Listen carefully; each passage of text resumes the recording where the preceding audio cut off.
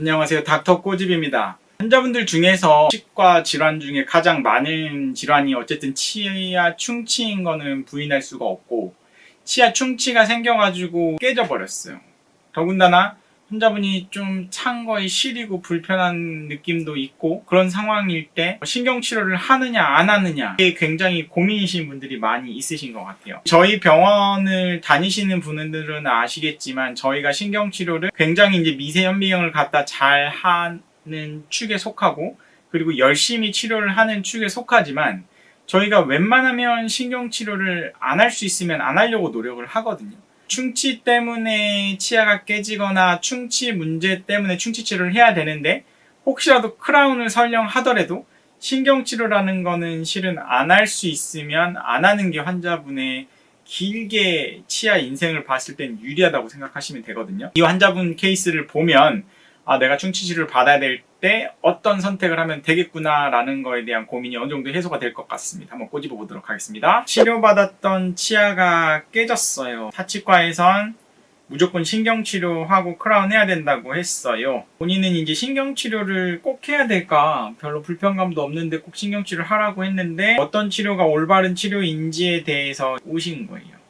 그래서 이제 이쪽 위쪽 치아를 보면 치아가 있고, 여기 하얗게 어떤 재료가, 방사선 불투과성인 어떤 재료가 있고, 그 밑에 하방으로 이런 식으로 이제 충치가 있는 걸 볼 수가 있어요. 방사선 불투과성 재료의 대표적인 게 금속이기 때문에 아말감이 있는 거고, 그리고 골드 인레이가 있는 거예요. 그래서 이 환자분 같은 경우에는 이제 아말감으로 되어 있는데 그 밑에 충치가 생겼던 거죠. 근데 이제 신경치료를 한다는 말을 듣고, 이걸 어떻게 신경치료 없이 어떤 좋은 치료를 할 수 있는 방법이 없나? 그리고 아니면 올바른 진단이 맞나? 라고 생각을 해서 저희 병원에 오신 거예요. 딱 봤더니 아말감이 되어 있고, 여기 사이에 충치 때문에 이렇게 이제 썩은 거예요.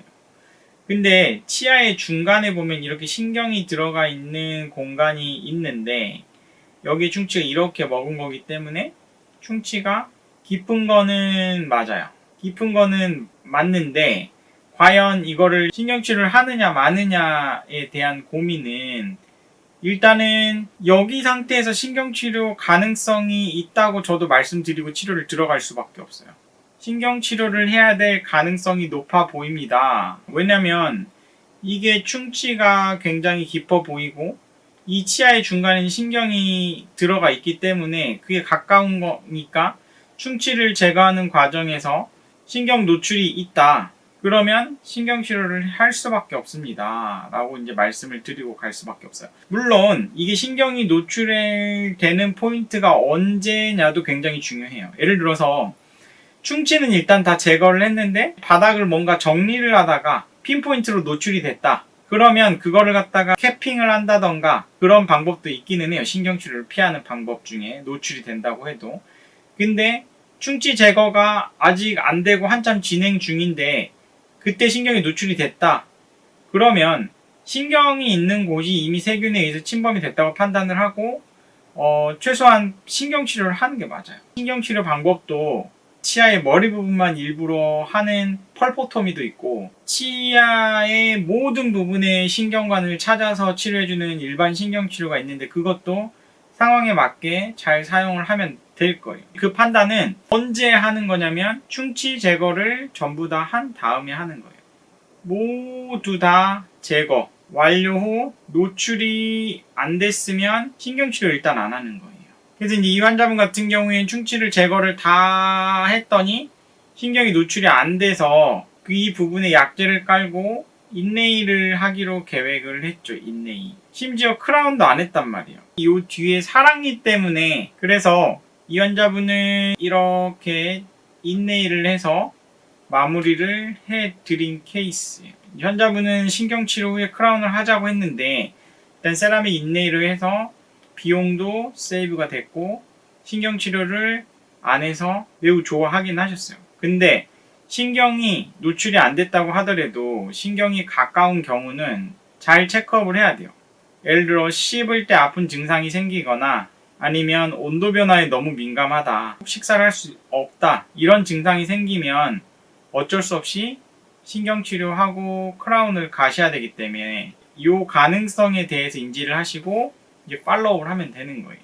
근데 이제 환자분은 특별한 큰 문제가 없으셨고 그래서 아직까지도 잘 쓰고 있는 거예요. 1년 2개월 스케일링 받으러 정기 체크업 오셨을 때 보면 인내이 잘 치아랑 뭔가 합체된 느낌이 있죠.